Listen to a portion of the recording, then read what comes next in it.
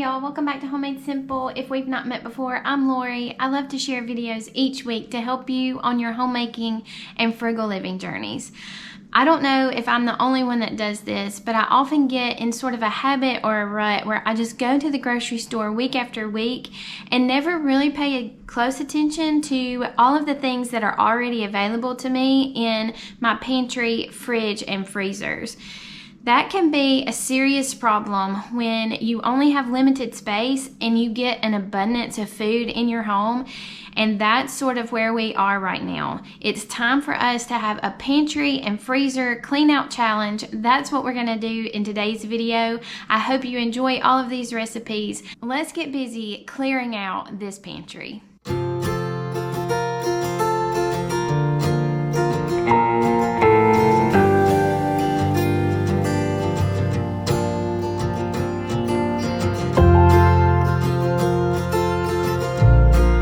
Before we get started on today's video, I wanted to thank Hasia for sponsoring the video today. Hasia is a company with a variety of products to meet the needs of folks who are active and busy, often outdoors, and need foot protection from all of the elements that we experience while we are outside doing our daily chores. They have products that are perfect for farm and garden work as well as hunting. They also have coverall options available so that your clothing can stay nice and clean even while you're doing the dirtiest of chores. Hasia has perfect options for men, women, and children, so I hope that you will check out their website, go to hasia.com, and search all of the different options that they have available for you in your outdoor needs. I have been using their farm and garden boots. I chose these because I loved the little chicken design. I thought they were so cute. But beyond being cute to look at, these boots have really made a difference in my daily chores, especially with the pull handle that I have available to me on the top of the boots. It just makes it very easy to pull on, and they are easy to come off, and they protect my feet so perfectly from all of the elements and the different things that my feet encounter during the busy chore time that I have every morning and every evening. I'm really excited to share these products with you because if you are someone who spends time outdoors doing chores, I think that you're really going to find plenty of options for products that will get the job done much better than what you have available to you now. These boots are comfortable. They have a perfectly cushioned footbed as well as being completely 100% waterproof. Hasia offers a 100% stay dry guarantee. If anything happens and cause your foot to get wet while you are wearing them, contact their customer service and they will be happy to send you out a replacement. As well, Hasia offers a 100-year guarantee, so you can rest assured that the products that you purchase from Hasia are going to last as long as you need them to, and you're going to have a company that stands behind their products. I hope that you will go to hasia.com, check out all of their products, all of the things that they have available. Be sure to use HMS as your promo code whenever you check out to receive 15% off of any purchase. Also, don't forget to join the Adventure Club so that you can receive free shipping on your order as well as all of the other benefits offered to Adventure Club members. I really appreciate Hasia for sponsoring today's video. Now, let's get busy in the kitchen clearing out this pantry. There's so many things in my freezer and pantry that just need to go. A lot of things have been in the freezer for a really long time, and so I'm going to use this pantry and freezer clean out challenge to help me sort of clear all of the old out and make room for some fresher foods that I can start over with. So the first thing that I'm going to do today is make some vegetable broth in the Instant Pot. I just threw the bag of leftover pieces, odds and ends, in a bag in the freezer, and so today I just put them all into the Instant Pot, filled the Instant Pot with water, turned on the pressure valve, and let it cook for about 45 minutes. Now I'm just gonna strain it off and make sure that none of the vegetable pieces get into the broth. I'm gonna use this broth in sort of a unique recipe of chickpea and pasta soup. So I'm gonna go ahead and get this broth prepared, and then we'll move on to preparing the soup. The first step to making this soup is to make a little bit of a thickener using some of the broth. So I'm going to remove about 2 cups of broth and add to that about 1/4 cup of flour. I'm going to whisk that together, and since the broth is really hot, this will thicken up on its own without me cooking it. If your broth is not warm, you'll have to heat this up on a stock pot in order to get it to thicken. I just want this to serve as a little bit of a thickener for the soup, but the pasta is going to do most of that work, so I don't need a whole lot of substance to this. Just a small amount of thickener will do. I'm also going to go ahead and put all of my seasonings in this thickener. That way I will be able to stir it in and they can simmer as the soup cooks. I'm going to add about 2 teaspoons of salt, 1 teaspoon of pepper, a teaspoon of bay leaves, and a teaspoon of Italian seasoning. This is a really good opportunity for you to use whatever seasonings you have on hand and experiment as much or as little as you want. I'm going to set this thickener mixture to the side and rinse out 2 cans of our garbanzo beans, also known as chickpeas. I had 2 cans of these in the pantry. I had intended to make hummus or roasted chickpeas with them. It never happened, so I thought these would be good candidates for me to use in my pantry clean out. I'm just going to rinse them off really good and pour them into the vegetable broth. And then I'm going to add 1 bag of this California medley that has sort of taken up residence in the freezer. It's time to get rid of it too, so I thought maybe it would add a little bit of nutrition boost. I always have plenty of pasta in the pantry, so it's time for me to try to work through some of that extra. I'm going to add 4 cups of elbow macaroni. I'm going to add the thickener and then cook this soup on the stove and then allow it to cook until the pasta is done, probably about 20 to 25 minutes. This was a really different and unique soup for us to have here at our house. This is not anything like we've ever had before. Actually, the chickpeas and the pasta worked really well together. As a pantry cleanout meal, I think this checks all the boxes. It gets rid of a good number of items in my pantry and my freezer, and it ended up tasting really delicious. For our next clean out meal, we're going to have a kielbasa and rice dish with green beans on the side. I'm going to be able to clear out all of this stuff from the pantry, the fridge, and the freezer. So let's get started making this. Honestly, I've never made this dish before, so I just sort of put a couple of things on Pinterest and searched and got sort of a vague idea of what to do, and then work with what we have and see how it goes. A lot of times I like to make my rice with some kind of chicken stock or broth, but I don't have any of that in the pantry or in the fridge. So I'm just going to make 2 cups of rice with 4 cups of water. I'm gonna add about 1/2 teaspoon of salt, and I'm gonna put this in the microwave and cook it for probably about 15 to 20 minutes. I'm gonna chop up my turkey kielbasa. Sometimes by beef, sometimes by turkey. It just depends on sort of what kind of mood I'm in. I bought this several weeks ago, so it definitely needs to be used up before it goes bad. I already have the other ingredients prepped, which is really nice and makes for a really quick and easy dinner. So while the rice is cooking, I'm just going to chop this up and stick it in an iron skillet. While my rice is cooking, I'm going to heat up about 2 tablespoons of olive oil. I'm going to put the peppers and onions in here, allow them to saute a minute, and then I'm going to put my kielbasa in. For my green beans, I'm just going to cook them in a pot on the stove. So I'm going to empty out 2 bags. This may just be a southern thing, but I find it very difficult to make frozen green beans taste like canned green beans. I don't know, but I just really don't like the undone flavor of fresh green beans not cooked long enough. So I'm going to put about 2 tablespoons of olive oil in here, probably 1 teaspoon, maybe 2 of salt. And I'm just gonna let this simmer on the stovetop and let most of the water drain out. That is how you can get the good homemade, home canned flavor of green beans from the freezer is just to let them simmer on the stovetop for a really long time and let the water almost completely cook out. That's when you know they're going to be done. Start by covering them completely with water and then cooking them until that water is almost gone. These have cooked from frozen for probably 5 to 6 minutes. I'm going to go ahead and put the kielbasa sausage in. Let that cook together for a while before I add the other ingredients. I'm always doing stuff like this, but I think that I'm gonna have to change to a deeper skillet. I just really don't think all of my stuff is gonna fit in that one, so I'm just gonna transfer it over to this deeper one.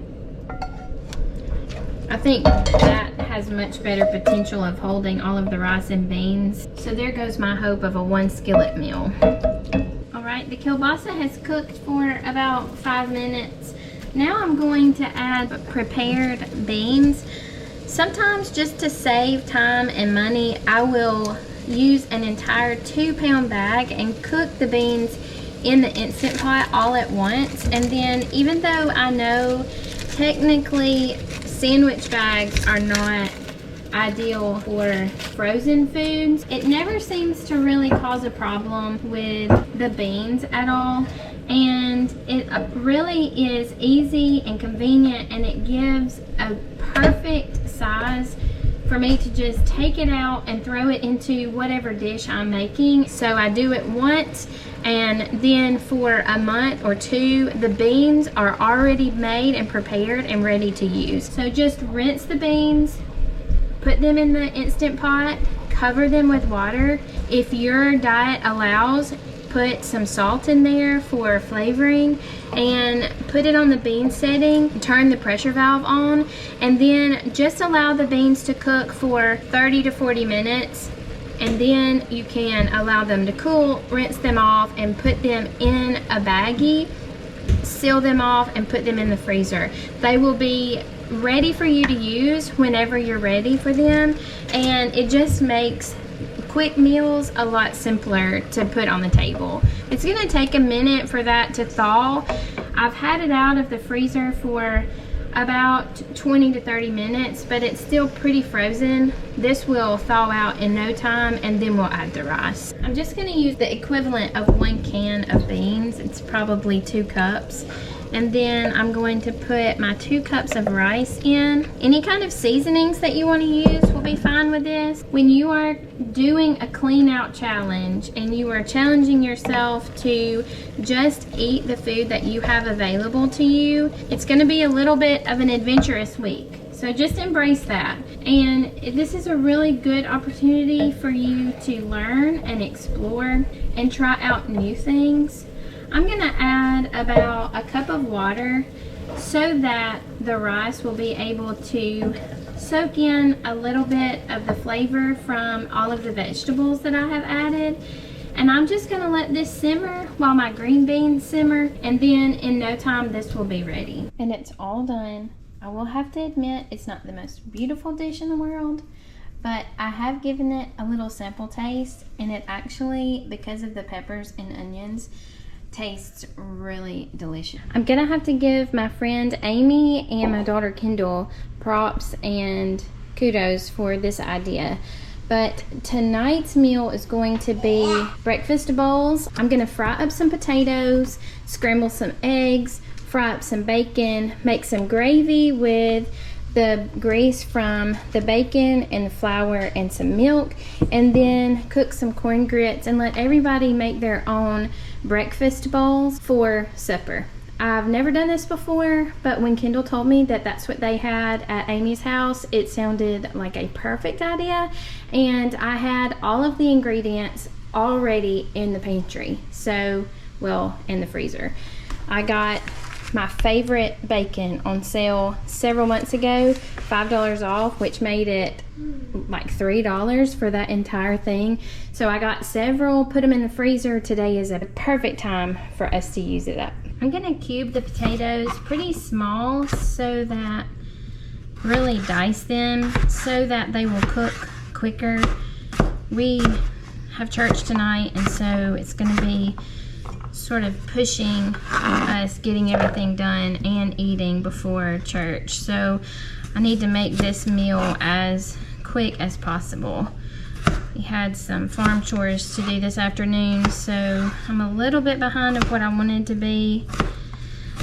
I probably should have and could have cut these up earlier in the day and just left them in the refrigerator and covered in water, and then they would be ready to go. I'm going to make sure I rinse them really good to try to get all of the starch off. That's gonna ensure that they're gonna crisp up as much as possible. I'm going to fry them in one of my iron skillets, but you can also cook them in the air fryer, and that would work out well too.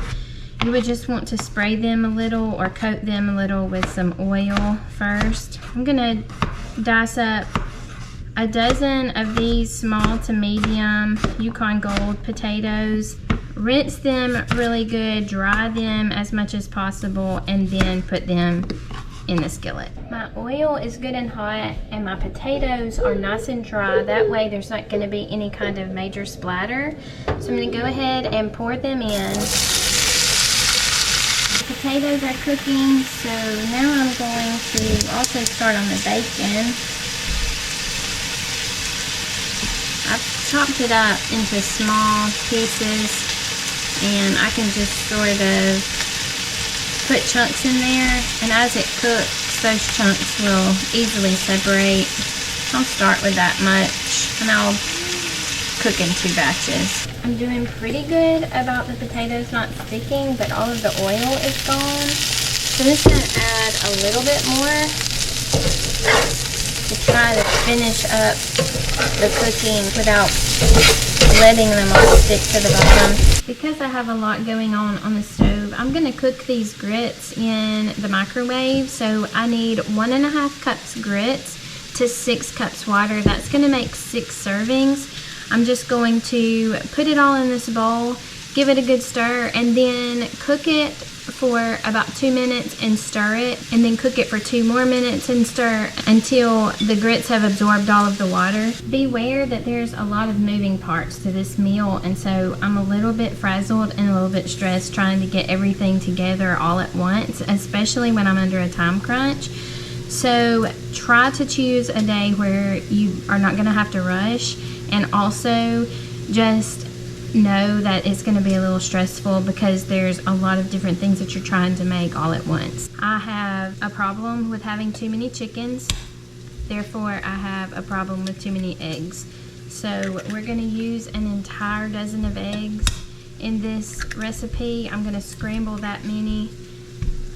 People never eat all of the eggs, but I have plenty of animals that will eat them, and we have an abundance. So there's no need in going chintzy on the eggs for us, but you can certainly just make 1 egg per person, and that will be more than enough.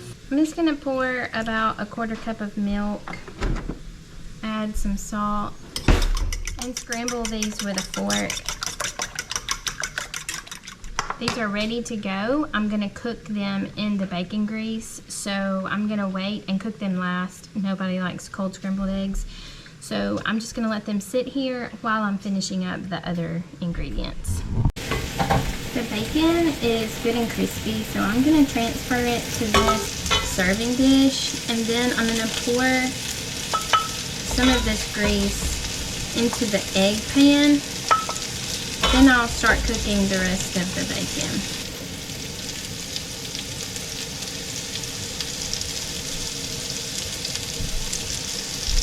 I know that might freak some of you out, and I'm really sorry about that, but it's really not unhealthy to cook eggs in bacon grease, and we don't do it very often, even if it was dangerous, but it is a natural fat, which is much better than a hydrogenated oil that we find in a lot of other packaged goods. So every now and then, adding a little bit of bacon grease to to your food is number one, very delicious, and number two, not anything to worry about. Last thing we have to do is get ready to make our gravy. And so I'm just going to stir some milk and flour together in this measuring cup. I have 2 cups of milk. I'm gonna add 1/3 cup of flour and whisk that together. I'm gonna try to do this so that it doesn't clump up, but inevitably when this hits the hot oil in the pan, it always clumps up, even though I try not to. So y'all can just pretend that it looks perfect. Okay, the bacon is almost done. I'm going to pour some of the grease out of that pan and start making the gravy. I've left about 2 tablespoons of bacon grease in this pan. It's already hot, so I'm just gonna stir in my milk and flour. Like I said, I'm trying to keep it from clumping up, but it almost always does clump, even though I try, so it is what it is. I'm gonna cook it on high heat and stir it well. You don't really have to season this very much because there's so much seasoning already in the pan. I'm gonna turn this skillet on as well for my eggs, and I'll cook both of these parts of the meal at the same time.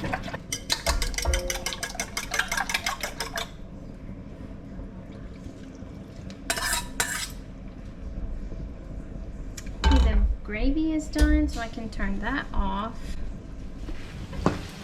Okay, they're all cooked up nice too, and so now everything is ready and it's time to put all of the ingredients into a bowl. I didn't put grits on mine, but put the grits first and the potatoes, then the eggs and the gravy, then the bacon. Grits first, then potatoes. These potatoes that I'm really happy about. Then the eggs. Then the gravy. And the bacon. Okay, there we go. All of the ingredients in one bowl. And that's good because this dirtied up a lot of dishes. Just beware of that. But I think this is going to be a really yummy breakfast for dinner. And also, I think we will have plenty of leftovers to have it again in the morning for breakfast.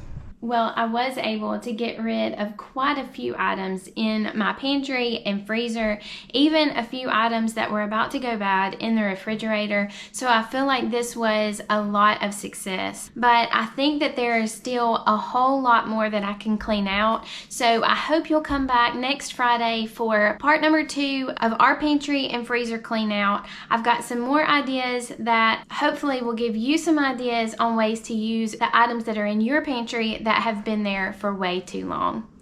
Thank you for being here. I hope that you will check out the link for Hasia down in the description box. Don't forget to use the code HMS to receive that 15% discount off of any item that you choose, and also be sure to join their adventure club so that you can receive free shipping and even a birthday gift when your birthday rolls around. Thank you for being here today. I hope you have a wonderful week. I love you, and I will see you again next time.